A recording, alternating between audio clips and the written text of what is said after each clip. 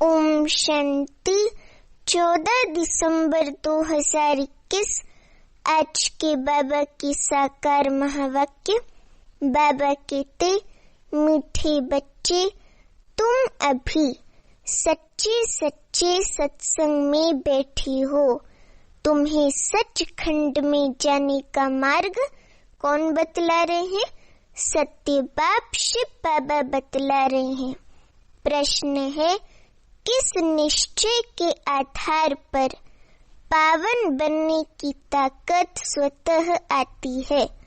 उत्तर, यदि निश्चय हो कि इस मृत्यु लोक में अब हमारा ये अंतिम जन्म है, इस पतित दुनिया का विनाश होना है, बाप की श्रीमत है पावन बनो तो पावन दुनिया के मालिक बनेंगे।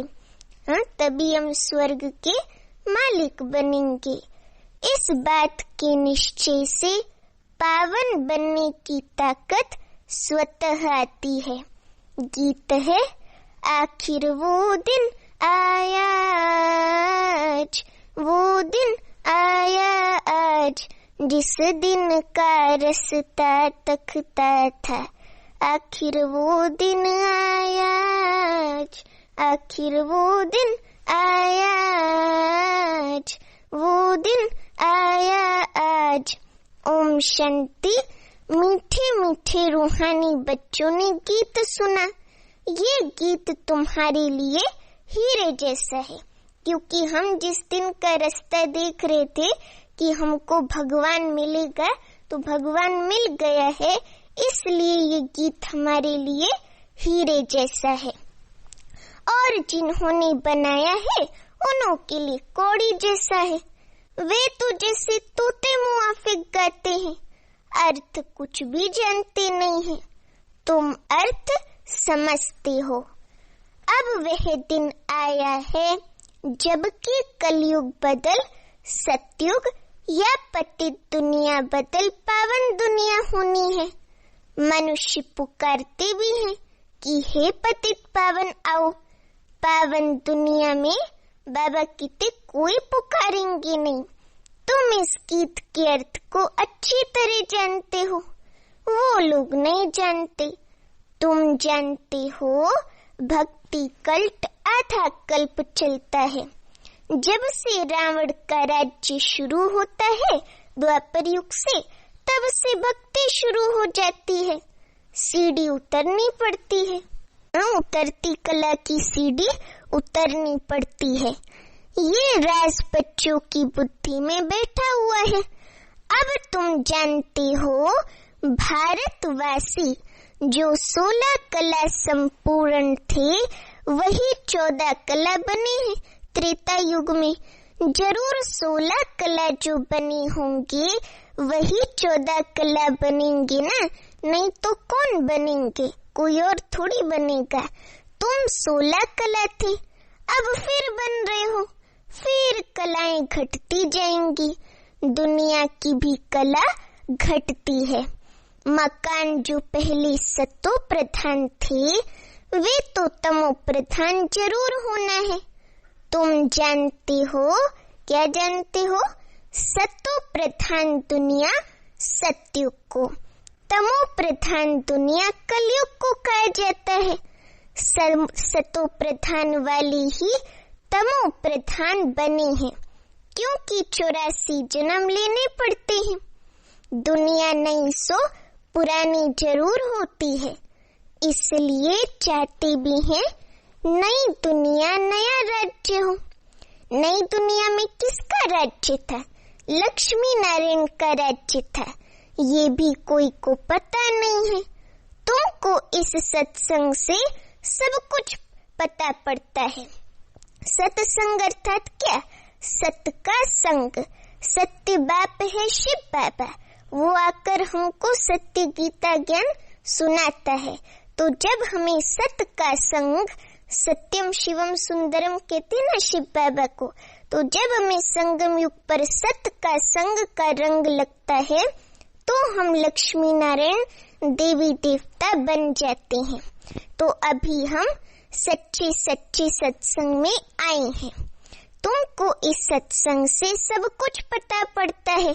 सच्चा सच्चा सत्संग इस समय ये है जो फिर भक्ति मार्ग में इनका गायन चलता है तो कहेंगे ना ये तो परंपरा से चला आया है, परंतु तुम जानते हो सच्चा सच्चा सत्संग ये तुम्हारा है।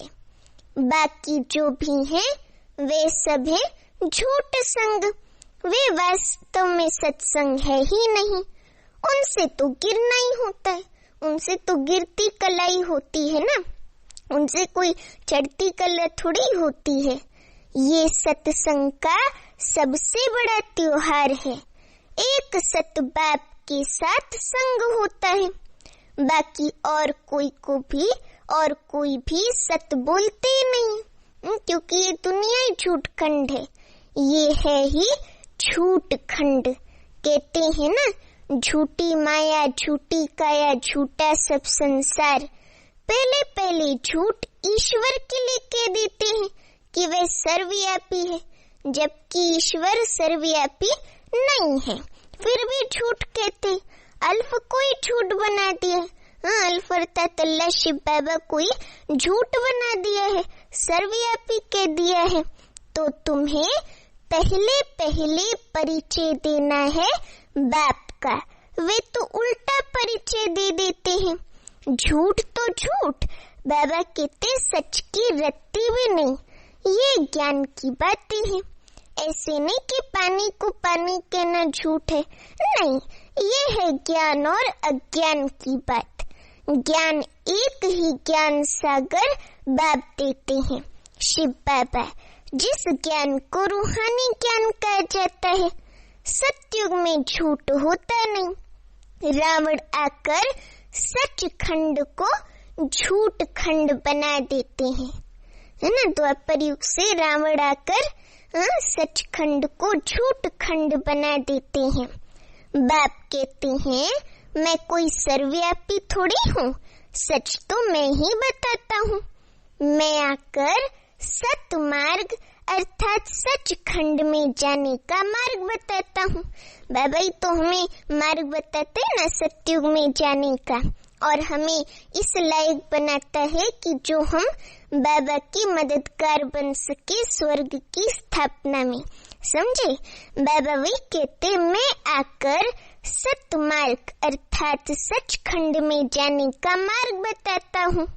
मैं तो ऊंचे ते ऊंचा तुम्हारा बाप हूँ, आता ही हूँ तुमको वर्षा देने। कौन सा वर्षा? स्वर्ग की बादशाही का वर्षा देने, समझे। तुम बच्चों के लिए मैं सौगात ले आता हूँ। मेरा नाम ही है हेवनली गॉड फादर। हेवन हथेली पर ले आते हैं। बाबा हमारे लिए सौगात के रूप में हथेली पर बहिष्ट अर्थात हेवन ले आते हैं। स्वर्ग में होती है स्वर्गवासी देवताओं की बादशाही। अभी तुमको स्वर्गवासी बना रहे हैं। सच्चा तो एक ही बाप है, इसलिए बाप कहते हैं hear no evil, see no evil, talk no evil, think no evil. ये सब मरे पड़े हैं, जितने भी देहधारी है ना सब मरे पड़े हैं। कब्र दाखिल है, कब्रिस्तान है, इनको देखते भी नहीं देखना है। तुमको लायक बनना है नई दुनिया के लिए। इस समय सब पतित हैं, गोया स्वर्ग के लायक नहीं है। बाप कहते हैं तुमको रावण ने नालायक बनाया है आधा कल्प के लिए, फिर बाप आकर लायक बनाते हैं स्वर्ग में जाने के लिए। तो उनकी श्रीमत पर चलना पड़े, फिर जवाबदारी सारी उन पर है। अगर हम बाबा की श्रीमत पर चलते ना, तो श्रीमत पर चलते चलते अगर कोई परिस्थिति या विघ्न आता है तो उसका जवाबदार भी शिव बाबा है, क्योंकि हम उसकी श्रीमत पर चल रहे हैं। तो बाबा कहते बाप ने सारी दुनिया को पावन बनाने की जवाबदारी उठाई है। वह जो मत देंगे वह कल्प पहले वाली ही देंगे, इसमें मूंझना नहीं चाहिए। जो पास्ट हुआ कहेंगे ड्रामानुसार हुआ, बात ही खलास। श्रीमत कहती है ये करो तो करना चाहिए। वह जवाबदार खुद हैं, क्योंकि वही कर्मों का दंड दिलाते हैं, तो उनकी बात को मानना चाहिए, शिव बाबा की बात को मानना चाहिए। कहते हैं मीठे बच्चे गृहस्थ व्यवहार में रहते, ये अंतिम जन्म पवित्र रहो। इस मृत्यु लोक में ये हमारा अंतिम जन्म है। ये बात जब समझे तब ही पावन बन सके। बाप आते ही तब है जब पतित दुनिया का विनाश होना है। कलयुग के अंत में शिव बाबा आते हैं हमको स्वर्ग में ले जाने का ज्ञान देने लिए। पहले स्थापना फिर विनाश अक्षर भी अर्थ सहित लिखना पड़े, ऐसे नहीं स्थापना पालना विनाश। अभी तुम बच्चे जानते हो, हम पढ़ करके ऊंच पद पाएंगे महाराजा महारानी लक्ष्मी नारायण का। ये बुद्धि में हट्टी रहना चाहिए, अर्थात जास्ती रहना चाहिए। कहते हैं कई बच्चे हैं जो भल समझाते अच्छा है, परंतु हड्डी वे सुख किसको है नहीं। जो धारण करके अति इंद्रिय सुख मिलता है ना, वे हड्डी सुख किसको बाबा कहते है नहीं। तोते मिसल याद करते हैं ना, तुम्हारी बुद्धि में भी हड्डी धारणा होनी चाहिए। तुम जानते हो ये जो भी शास्त्र हैं भक्ति मार्ग के हैं, इसलिए समझाया जाता है कि अब जज करो सत्य क्या है। सत्य नारायण की कथा तुमको एक बारी बाप ही सुनाते हैं। बाप कभी झूठ बोल ना सके, बाप ही सचखंड सत्युग की स्थापना करते हैं, सच्ची कथा सुनाते हैं, इसमें झूठ हो ना सके। बच्चों को ये निश्चय होना चाहिए कि हम किसके साथ बैठे हैं। हम स्वयं भगवान के साथ बैठे हैं, जिसको लोग दुनिया में ढूंढ रहे हैं। बाप हमको अपने साथ योग लगाना सिखलाते हैं। सच्ची अमर कथा अथवा सत्य नारायण की कथा सुना रहे हैं, जिससे हम नर से नारायण बन रहे हैं, जिसका फिर भक्ति मार्ग में गायन चलता है। ये बुद्धि में रहना चाहिए। हमको कोई मनुष्य नहीं पढ़ाते हैं, परंतु स्वयं भगवान पढ़ाते हैं। हम आत्माओं को रूहानी बाप पढ़ाते हैं। शिव बाबा जो हम आत्माओं का बाप है, वह हमको पढ़ाते हैं। शिव बाबा की सम्मुख अब हम बैठे हैं। बाबा कितने मधुबन में आते हैं तो नशा चढ़ता है कि हम बाबा के सम्मुख बैठे हैं, बाबा के घर में आके, ऐसे नशा चढ़ता है ना। बाबा कितने यहाँ मधुबन में तुमको रिफ्रेशमेंट मिलती है, तुम रियलाइज करते हो, तो यहाँ थोड़ा समय भी आने से रिफ्रेश हो जाते हैं। बाहर में तो गोरख धंधा आदि याद रहता है। बाप कहते हैं हे आत्माएं, बाप आत्माओं से बात करते हैं। हम सब बाबा के बच्चे ना आत्माएं, तो बाबा आत्माओं से बात करते हैं, शरीरों से नहीं। बाप भी है निराकार, उनको कोई जानते नहीं, न ब्रह्मा विष्णु शंकर को जानते। चित्र तो सबके पास है। कागज का चित्र देख कोई तो फाड़ देते हैं, कोई तो फिर देखो कितना दूर दूर जाकर कितनी पूजा आदि करते हैं। चित्र तो घर में भी रखे हैं ना, फिर इतना दूर जाकर भटकने से क्या फायदा। अभी तुम बच्चों को ये ज्ञान मिला है, इसलिए वे सब भक्ति की चीजें वगैरह फालतू लगती हैं। कृष्ण तो यहाँ भी गोरा या सांवरा पत्थर का बन सकता है, फिर जगन्नाथपुरी में क्यों जाते हैं। इन बातों को भी तुम जानते हो कि कृष्ण को श्याम सुंदर क्यों कहते हैं। आत्मा तमो प्रधान होने से काली बन जाती है, फिर आत्मा पवित्र होने से सुंदर सतो प्रधान हो जाती है, सतो प्रधान बन जाती है। यही भारत गोल्डन एज था, सतयुग था। 5 तत्वों की भी नेचुरल ब्यूटी रहती है, शरीर भी ऐसे सुंदर बनते हैं।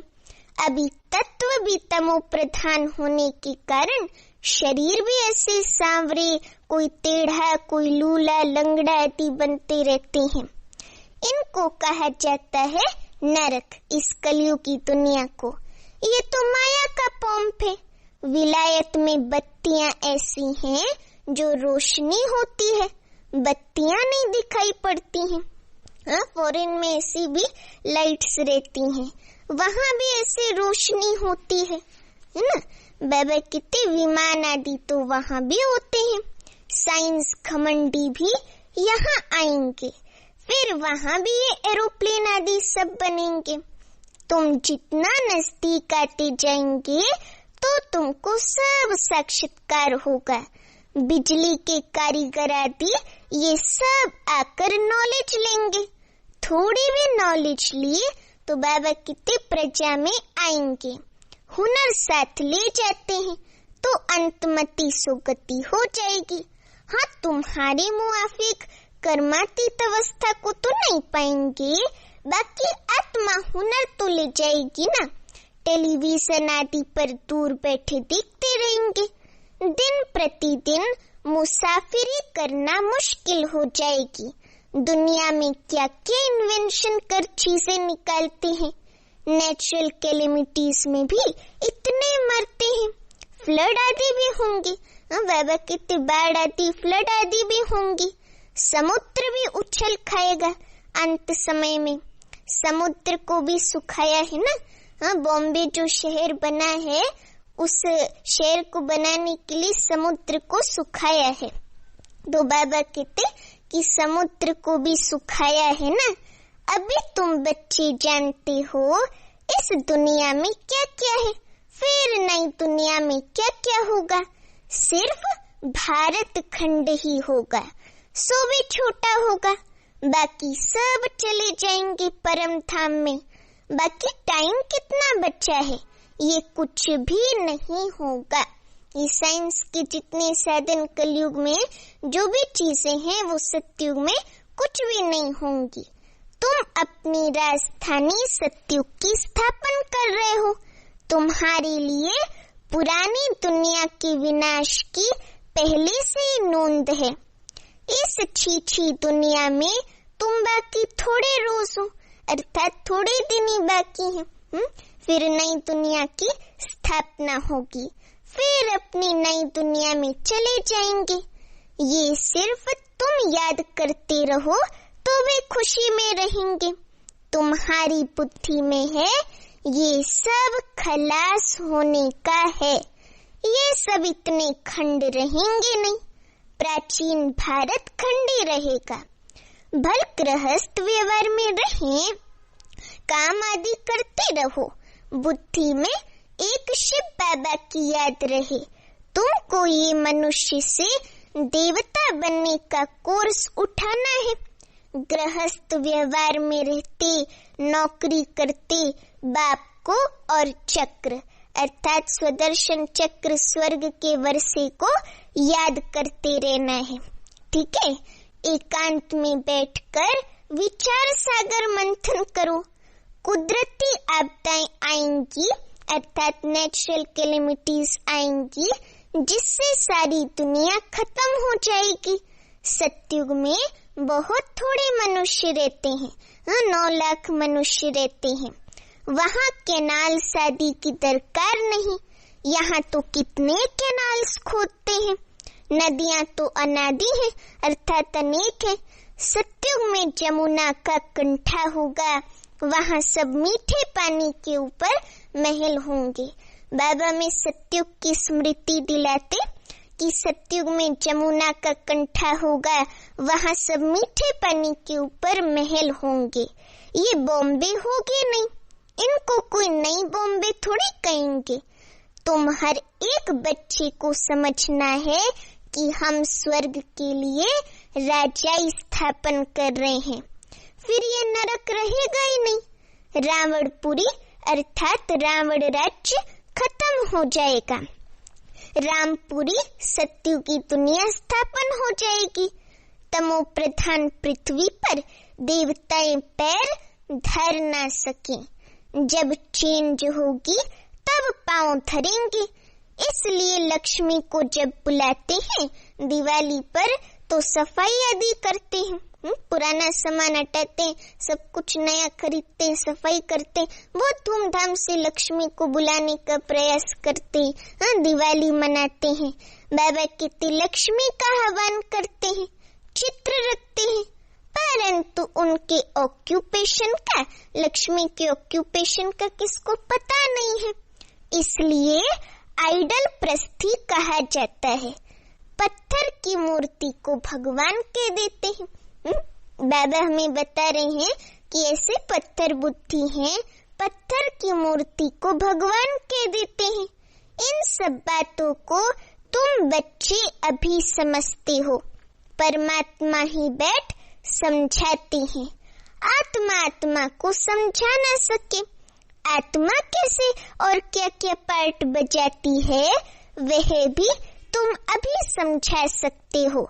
बाबा का रियलाइज कराते हैं कि आत्मा क्या चीज है, उसका अस्तित्व क्या है, आत्मा क्या चीज है। मनुष्य तो न आत्मा को न परमात्मा को जानते हैं, तो उनको क्या कहेंगे। बाबा कहते मनुष्य होते हुए भी चलन जैसे जानवर मिसले। कहते हैं ना सूरत मनुष्य की है और सीरत बंदर जैसी। तो बाबा कहते मनुष्य होते हुए भी चलन जैसे जानवर मिसल है। अभी तुमको ज्ञान मिला है, सीढ़ी पर किसको समझाना तो बड़ा सहज है, सो भी हड्डी समझाना चाहिए। हम भारतवासी जो देवी देवता धर्म वाले थे वे कैसे सतो प्रधान बने, फिर सतो रजो तमो में आए, ये सब बातें धारण करनी होती हैं, तब ही विचार सागर मंथन होगा। धारणा ही नहीं होगी तो विचार सागर मंथन हो ना सके। सुना और धंधे में लग जाते हैं। बाबा का ज्ञान सुना और धंधे में लग जाते हैं। विचार सागर मंथन करने का टाइम नहीं तो तुम बच्चों को रोज पढ़ना है और उस पर विचार सागर मंथन करना है।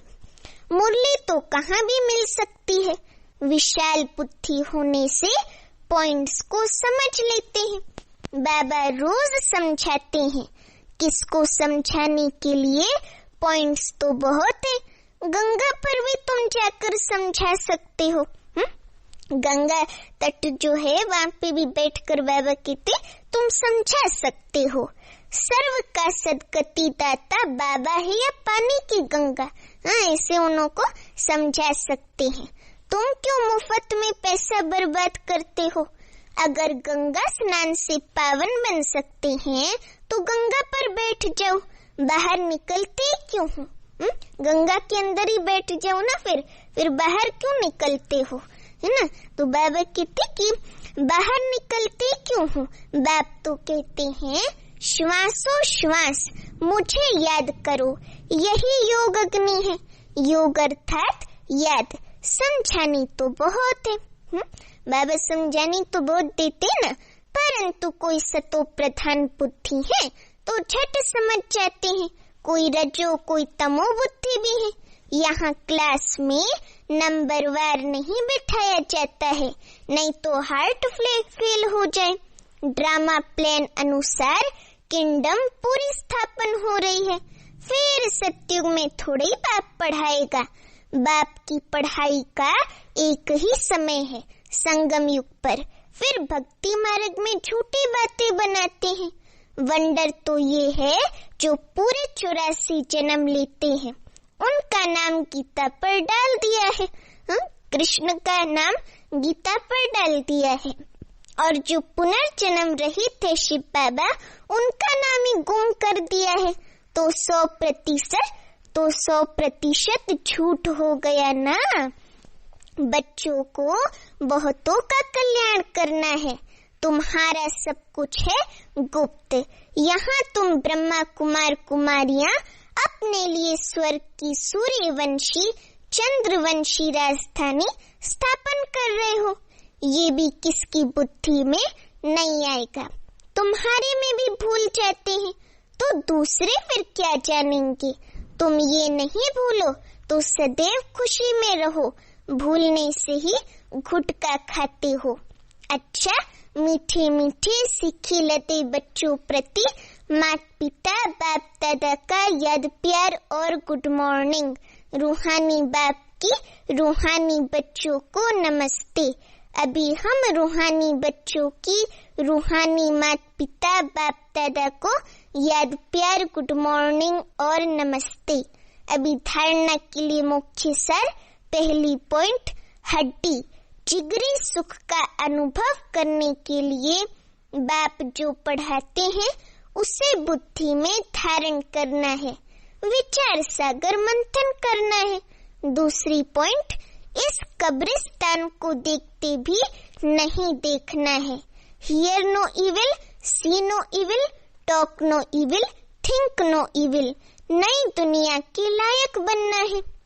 वरदान है आज का, कंबाइंड रूप की सेवा द्वारा आत्माओं को समीप संबंध में लाने वाले कंबाइंड रूपधारी भव।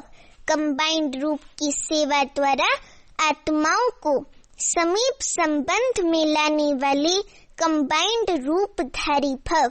वरदान का स्पष्टीकरण, सिर्फ आवाज द्वारा सेवा करने से प्रजा बनती जा रही है, लेकिन आवाज से परे स्थिति में स्थित हो, फिर आवाज में आओ, अव्यक्त स्थिति और फिर आवाज। ऐसे कंबाइंड रूप की सेवा वारिस बनाएगी।